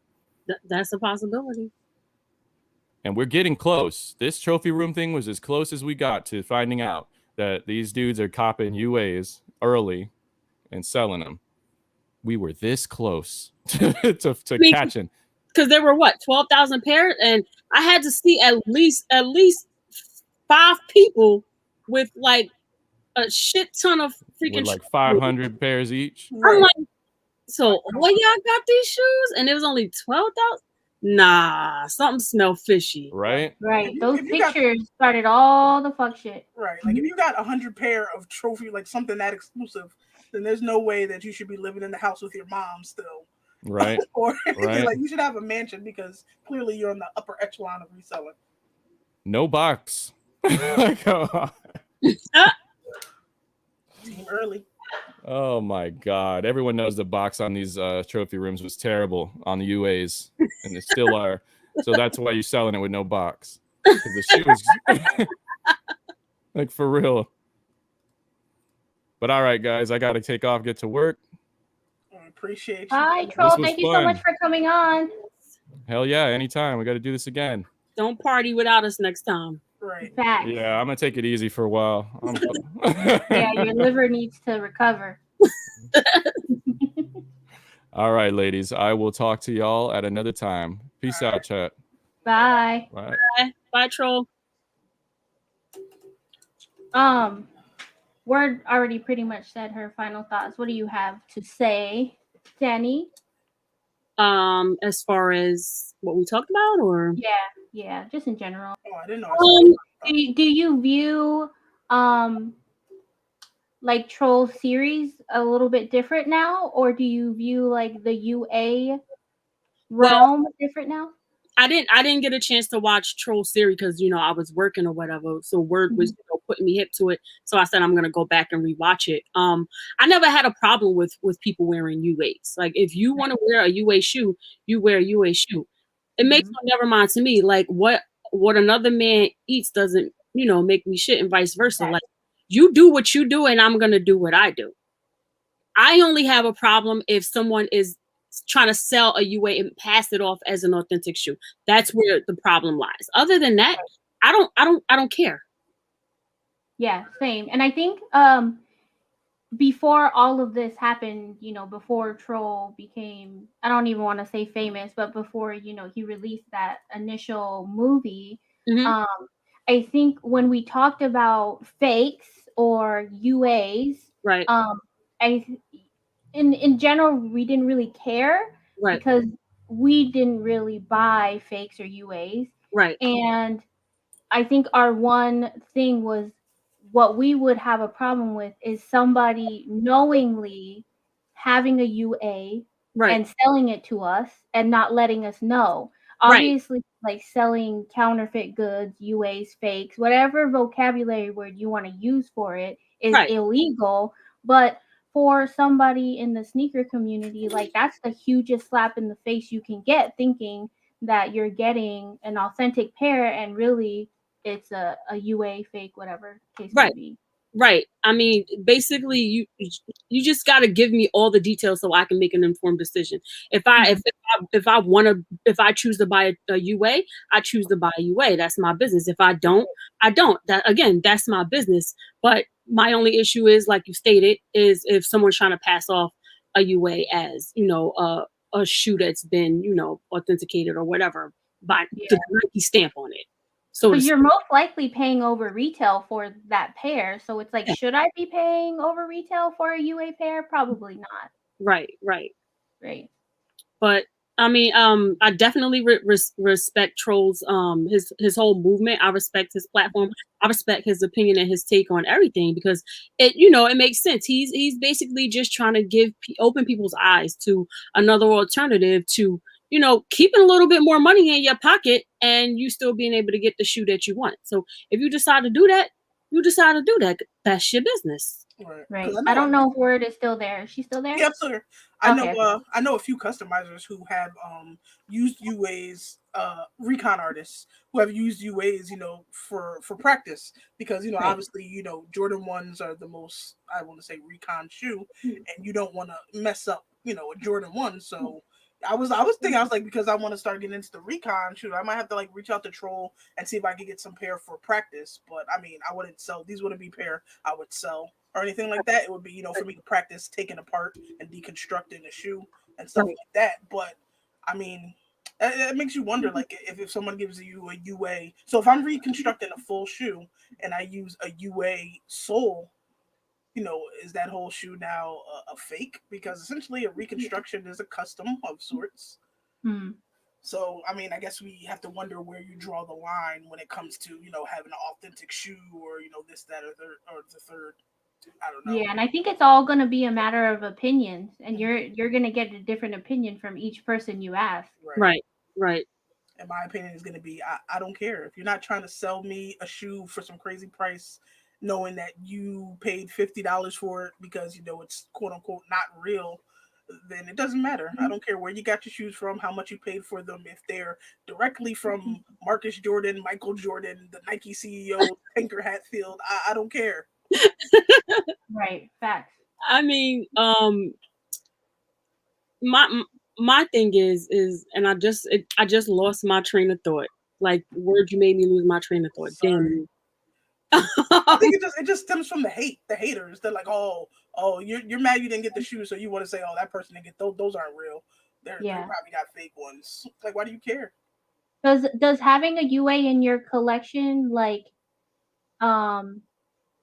take away your credit or I don't even want to say credit or title as a sneakerhead, because the term sneakerhead is also a matter of opinion, because everybody has a different opinion on what an actual sneakerhead is. But I'm not a sneakerhead. My head is not shaped like a sneaker. There you go. I just like shoes. But you just made me. You took my thought right out of my head. So I was going to talk about that, because I'm pretty sure there are probably a lot of people or a few people on IG who a lot of people praise because they have such large collections. They have a huge following that may have a fake or 2 or 3 in their collection, and you would never know it because, like I said, they've already built their reputation. Their reputation has been solidified, so now they can kind of just coast and chill, and you would never know. And I'm honestly, if I were someone who cared about being, Insta famous, as I call it, I would totally, take a year and build up, probably maybe you put 50 grand into it for a year and get all these hype shoes, and you get to 100K followers, and now you've got sponsorships. I'd absolutely be buying UAs, especially if they're the same quality. I'm getting money in my pocket, and I'm still getting all this free shit. And y'all are out here and it just goes to show you people are just out here mimicking people. Like, what one person, that's why I don't watch ShoeTube. Like, I respect all my people who are doing it, and I'll support you if you want me to watch it. I'm not going to go out of my way to watch something unless you say, hey, can you watch my video? But you guys are giving your opinions or your reviews on shoes, and honestly, for me, no disrespect, your opinion doesn't matter. I'm gonna either get the shoe and see it for myself. I don't care if you tell me it's made out of albino rhino ass. Like, it doesn't matter. If I want to see it in person, I'm gonna get it. And if I don't like it, just because you said it's the shoe of the year, doesn't mean I'm gonna keep it. Right. And I think, well, for me, it's sometimes like seeing a sneaker on somebody's foot will make me want to buy that shoe, but somebody reviewing it and being like, this is suede and this is pink, and it's not going to make me want to buy the shoe any more than I probably already want to watching your video. And what you're saying is, I think it's more so how we feel about, like, with the unions. When the unions first came out, I was just like, yo, these are absolute trash. I was like, I'm not gonna buy. Like, I hit on a pair that I knew I would, like, if I hit, I knew I would flip. I hit on the guavas, but the more I saw people wear them, the noir pair grew on me. And sometimes it takes you seeing how someone puts it together, like, seeing a TJ or people who dress, seeing it put together makes you want it more. But it's not because it's not like, oh, I seen TJ wear it and she has 100K followers, now I want it. Like, that's not the reason someone wearing it would make me want it. It would just be like, oh, I didn't even think about putting it with that. That does look dope. And honestly, like, just somebody holding a shoe up in front of a camera for you is not really gonna, I don't think, sell it. You actually got to see it, like you said, on foot, put together with a fit, because you need to see it on a foot. A foot needs to be in that shoe so you can see how it wears, how it lays, how the clothes lay with it. And like Word said, that's kind of what will, sell a shoe. Because there are shoes that I've seen, like, even looking from the Nike's pictures, I'm like, that shoe look crazy as hell, but I'm gonna cop it just to see it in person. You know what I'm saying? I got it in my hand. Let me see, put my foot in it. Nah, I don't like it. Just gotta go back or whatever. Yep. Because it's like, there's certain shoes, like, people are entitled to their opinion. I'm sure people like different stuff, but there's certain shoes that come out that, you know, if they weren't of a certain status, there's no way you would get it. Like for instance, like I was telling Hella earlier, the Sean Witherspoon, what was it, Shell Toes or Yeah. Shell Toes? Like, I don't feel like anybody who like if you love Jordan 1s, you just said, oh, I absolutely got to get that shoe. No, if it wasn't Sean Witherspoon, you wouldn't have that shoe. Very true. Like, come on, who's just out here buying Shell Toes? Unless you like Shell Toes, I know Hella like Shell Toes, but like, you know, Shell Toes are in my collection, Shell Toe High. But I did not buy that shoe with the granny thread on it. I'm not. You know, with the crocheted Sean Witherspoon. No, it was terrible. Terrible. I don't care whose name was on it. It was terrible. Right. Like, right. I don't particularly care for those blazers. Those are the blazers that came out this week, right? Like those weird looking deformed blazers. Yes. Yeah, like those things are, I mean, to me they're hideous, but I'm pretty sure there's some people who are gonna put them on and they're gonna look dope. Yeah. Honestly, Q, you have better content than a lot of the shoe tubers. Not, you know, that I know and I support, but that I see. Like a lot of shoe videos will come up as suggestions and I'll watch like, I don't know, the first minute or so of it. And I'm just like, this isn't for me. But like Q, you have content that could be outside of the shoe tube realm, and that's why I watch your stuff. But is if you're gonna be on YouTube showing a shoe, you gotta have like a gimmick or something that draws people in. You just sit there like, oh, this is the side of the shoe. Because I see some videos that are like, this is the side, oh, this is the bottom. Oh yeah. And they think they're cool because they know the technical terms of the shoe. Right. Like what? The medial side here, we have good quality, you know, here and here at the vamp. Like, all right, bro, you use Google and now you know the parts of the shoe. And you're like, yeah, it feels dope. And now I go and I buy the shoe and I'm like, nah, this shoe crunchy. I don't want it. Like you ain't sell it properly. No. I feel like there's definitely a format for shoe tubers that was like put out there. Like, first of all, you gotta have a big ass box cutter machete knife to open your box. Because if you're not opening it with a switchblade, you're not popping. You gotta open your box with a switchblade. Then you gotta take it out and you gotta do this. You gotta show. You gotta do all the magic to flip it open. It's like it's just too much. I mean, it's the same concept of me not understanding my nieces watch kids play with toys on YouTube. Like, what is that about? It's just a different realm we're going in. Just like people watching families on Instagram and watching them take vacations. Like, you guys are giving them views and paying them money to take the vacation you should take yourself. Sounds promising. Facts. If there's a hype shoe, or not even a hype shoe, but if I get a shoe like off sneakers, you know, when they have a release and I don't like it, I'll send it back. I'm not I won't resell it. I'll just send it back because I don't like the quality or whatever the case may be. I've gotten some dope shoes from Nike and they had glue stains all over it, right to the Nike store. Take this shoe. I don't want it.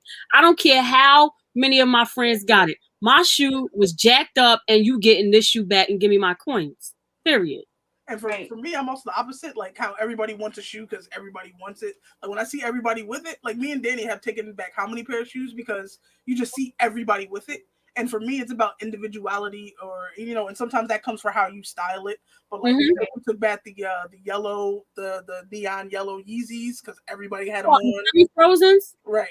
It took me 5 chicks from the buttermilk biscuit community with ashy ankles wearing them shoes for me to get rid of mine. Nope, I don't want it now. The shoes stink, their ankles stink, and I'm done. Yo, Danny, why? Yeah. Buttermilk biscuit. It's just like the Liberty. Did we take back the Lady Liberty tins? Sure did. Nope. Went right back. Like those. I never wore my Legend Blue 11s. I actually painted them all. I turned my Legend Blue 11s into like the mellow 11s. Because everybody had them hoes on New Year's. Yep. Oh, that's facts. Nope.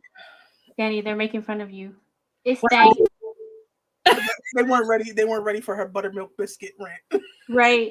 You guys weren't ready for her. It was 4th of July, and we ran to the ShopRite, and we were in my hood of Newark, New Jersey, and it was just every chick had on these with like some tights that looked like they stink, and it was just like when you see somebody. They were see-through.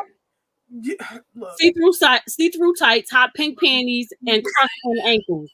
I was done. Shoes, we went home and I immediately sold the shoes. Right. She was like, I don't even want them anymore. Like in the parking lot, she was like, I don't even want them anymore. The whole shoe stinks. I'm selling it. And I sold them shoes. She made me sell mine as well. But it's true when you see like too many people have them. Well, sometimes when I notice that a lot of people hit on a certain shoe, I'll just put it to the back of my collection, and usually I'll forget about it. And then, you know, by the time I'm ready to wear it, people are like, right. Because I never understood that desire too. I shout out to New York.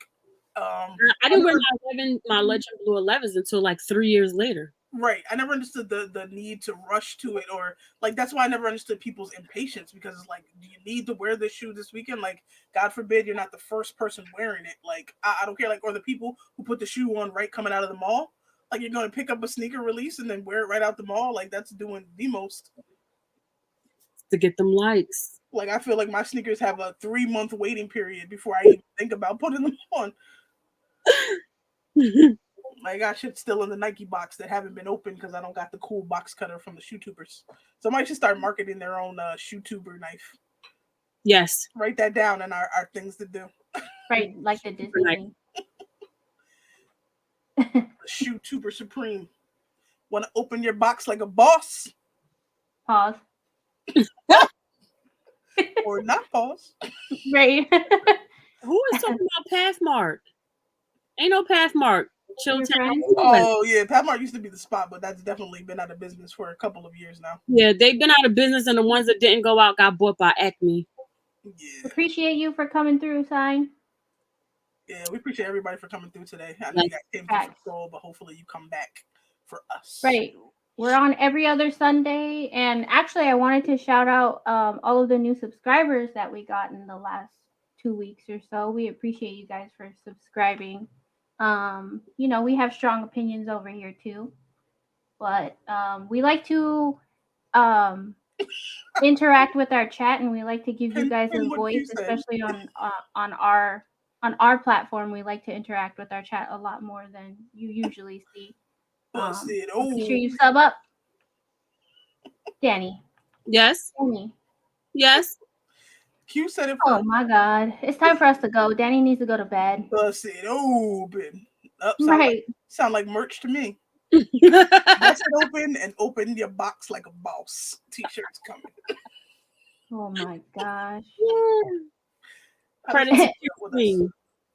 Right. Q be acting up in the chat. We even chatted. Did everybody watch Coming to America? Oh yeah, we did forget about that. I have not watched it just yet. You childish. Listen, you're childish for watching it without me. Well, nobody told you to be over there binge watching Chicago PD. Whoever ain't watched, you see the bronze they had on the second season. Nope. Let's revisit you being childish for not watching Coming to America. Let's revisit that. Anybody? No, let's revisit the fact that you guys could have hit me up on FaceTime. Like we're about to watch. I was like, "Can we watch this?" I was like, "Can we like Netflix party this?" But even though it's not on Netflix, and she's like, "I don't know. I have to check." And then you guys watched it without me. Yeah, that was on me. I was tired of waiting. I was like, "Yeah, I want to watch it." Yeah, wear that word. Blame it on word. Right. I was actually working when it came out. So. It was decent. You know, and you got to watch it without the expectations of it being exactly like the first one. Obviously, I like that they brought back, 90% of the people that were in the original one and incorporated them somehow. That was a plus for me, that 90% of the original cast was still in there. Right. I think some of the new people they added, they had moments of extraness, and some of the stuff could have had moments of extraness. But, this is like they had to hype it up or whatever. But overall, I think it was a good movie. Do I have buttermilk biscuit ankles? No, I do not have buttermilk biscuit ankles, but you can follow me on Instagram to see the ankles, right? Appreciate you. Right, yeah, the nostalgia. Yeah. It was just kind of like seeing a scene or seeing somebody and then flashing back. Does anybody know that the original Hakeem's mother, did she pass? Like in real life? I don't know. Have to look that up. Right, because she was probably one of the few people that wasn't in it, and I wonder if that's because she actually passed. Possibility. Somebody probably could go look that up. Yeah. I enjoyed it. The opening, the beginning was a little bit much for me.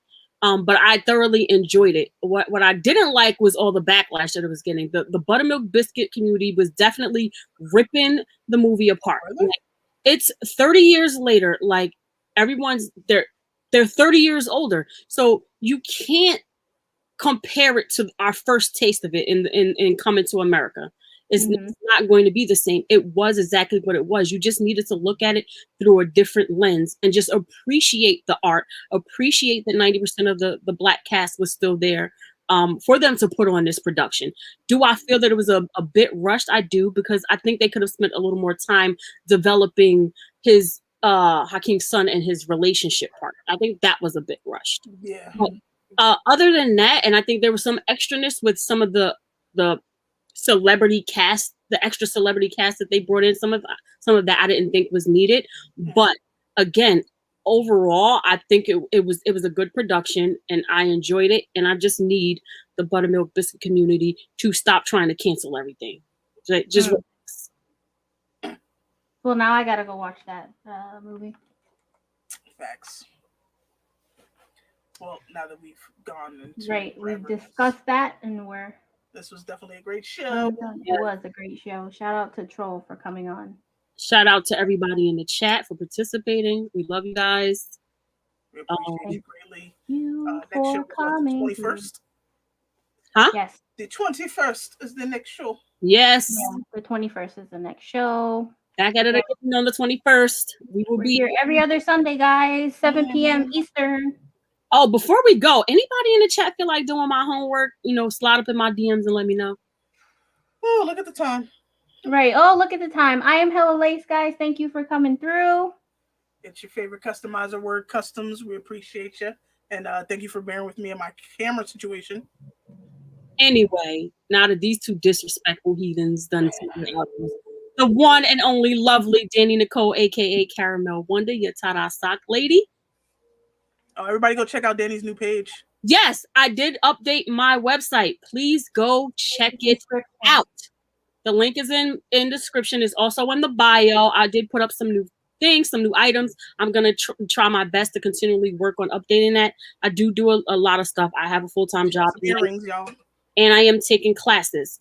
My birthday is this month, so feel free, send me a Cash App. Save panties, baby. Send that liquor. Thinking that I might do something a little different this year for my birthday. I'm probably going to drop a discount code for everyone to go and buy something from my page, from my site. So I'll be putting that up in my bio pretty soon. Be on the lookout for that. I'll put it on the Caramel Wonder page and the By Danny Nicole page. Just, bless me for my birthday. Buy something from my site, whether it's a pair of socks, a pair of earrings, a t-shirt, a hoodie, something. Show some love to your girl. And I'm out. Bye, guys. Later.